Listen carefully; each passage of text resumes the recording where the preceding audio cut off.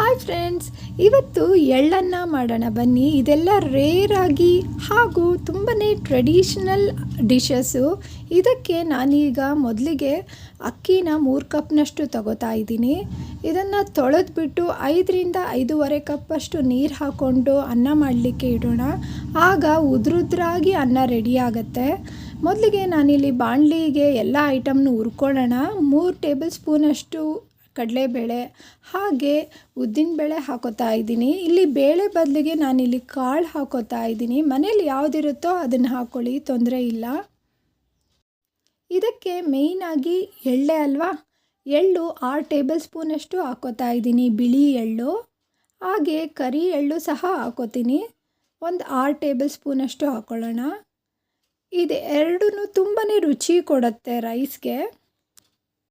ಒಣಮೆಣ್ಸಿನ್ಕಾಯಿ ಹಾಕೋತಾ ಇದ್ದೀನಿ, ಒಂದು 7 ಒಣಮೆಣ್ಸಿನ್ಕಾಯಿ ಹಾಕೋತಾ ಇದ್ದೀನಿ. ಅದರಲ್ಲಿ ಅರ್ಧ ಗುಂಟೂರು ಹಾಗೆ ಅರ್ಧ ಬ್ಯಾಡಗೆ ಮೆಣಸಿನ್ಕಾಯಿ ಹಾಕ್ಕೋಬೇಕು. ಇದು ಖಾರ ಮತ್ತು ರುಚಿ ಎರಡೂ ಕೊಡುತ್ತೆ. ಅದರಿಂದ 1 ಟೇಬಲ್ ಸ್ಪೂನಷ್ಟು ಜೀರಿಗೆ ಹಾಗೆ ಅರ್ಧ ಟೇಬಲ್ ಸ್ಪೂನಷ್ಟು ಮೆಣಸು, 1 ಇಡೀಗಿನ್ನ ಸ್ವಲ್ಪ ಕಮ್ಮಿ ಅಷ್ಟು ಕರ್ಬೇವಿನ ಸೊಪ್ಪು ಹಾಕೋತಾ ಇದ್ದೀನಿ. ಇದೆಲ್ಲ ಸ್ವಲ್ಪ ಕ್ರಿಸ್ಪ್ ಆಗೋವರೆಗೂ ಹುರ್ಕೊಳ್ಳೋಣ. 1 ಕಪ್ನಷ್ಟು ಒಣಕೊಬ್ಬರಿ ತುರಿದಿಟ್ಕೊಂಡಿದ್ದೀನಿ, ಅದನ್ನು ಹಾಕೋತಾ ಇದ್ದೀನಿ. ಇದೆಲ್ಲ ಸ್ವಲ್ಪ ಬೆಚ್ಚಗಾಗೋವರೆಗೂ ಹುರ್ಕೊಳ್ಳೋಣ. ಈಗ ಒಂದು ಪ್ಲೇಟಿಗೆ ತೆಕ್ಕೋತಾ ಇದ್ದೀನಿ. ಸ್ವಲ್ಪ ತಣ್ಣಗಾದಮೇಲೆ ಮಿಕ್ಸಿ ಜಾರ್ಗೆ ಹಾಕೋತಾ ಇದ್ದೀನಿ. ಇದನ್ನು ತರ್ತರಿಯಾಗಿ ರುಬ್ಕೋತೀನಿ. ಇದೊಂದಾದರೆ ಆಯಿತು ಒಗ್ಗರಣೆ ಮಾಡ್ಕೊಳ್ಳೋದು. ತುಂಬಾ ಸುಲಭ ಇದು ಮಾಡೋದು, ಹಾಗೆ ರುಚಿ ಕೂಡ ತುಂಬಾ ಚೆನ್ನಾಗಿರುತ್ತೆ. ಒಗ್ಗರಣೆಗೆ ಎಣ್ಣೆ ಇಟ್ಕೊಂಡು ಎಣ್ಣೆ ಕಾದ್ಮೇಲೆ ಕಡಲೆ ಬೀಜನ ಫ್ರೈ ಮಾಡಿಕೊಂಡು ತೆಗೆದಿಟ್ಕೊಂಡಿದ್ದೀನಿ.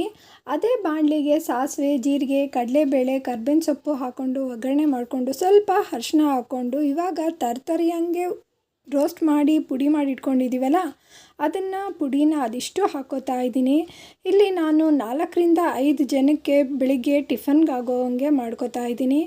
ಈಗ ರುಚಿಗೆ ತಕ್ಕಷ್ಟು ಉಪ್ಪು ಹಾಕ್ಕೊಂಡು ಸ್ವಲ್ಪ ಬೆಲ್ಲ ಹಾಕ್ಕೊಳ್ಳೋಣ. ಅದು ನಿಧಾನಕ್ಕೆ ಕುದಿ ಬರ್ತಾ ಅದು ಎಣ್ಣೆ ಬಿಟ್ಕೊತಾ ಬರುತ್ತೆ. ಆಗ ಇದು ಆಗಿದೆ ಅಂತ ಅರ್ಥ. ಗೊಜ್ಜು ರೆಡಿಯಾಗಿದೆ. ಅನ್ನ ಈಗಾಗಲೇ ರೆಡಿಯಾಗಿದೆ, ಕುಕ್ಕರ್ ಕೂಗಿದೆ. ಈ ಅನ್ನಕ್ಕೆ ಇವಾಗ ಗೊಜ್ಜನ್ನು ಬೆರೆಸ್ಕೊಂಡು ಮಿಕ್ಸ್ ಮಾಡ್ಕೊಳ್ಳೋಣ.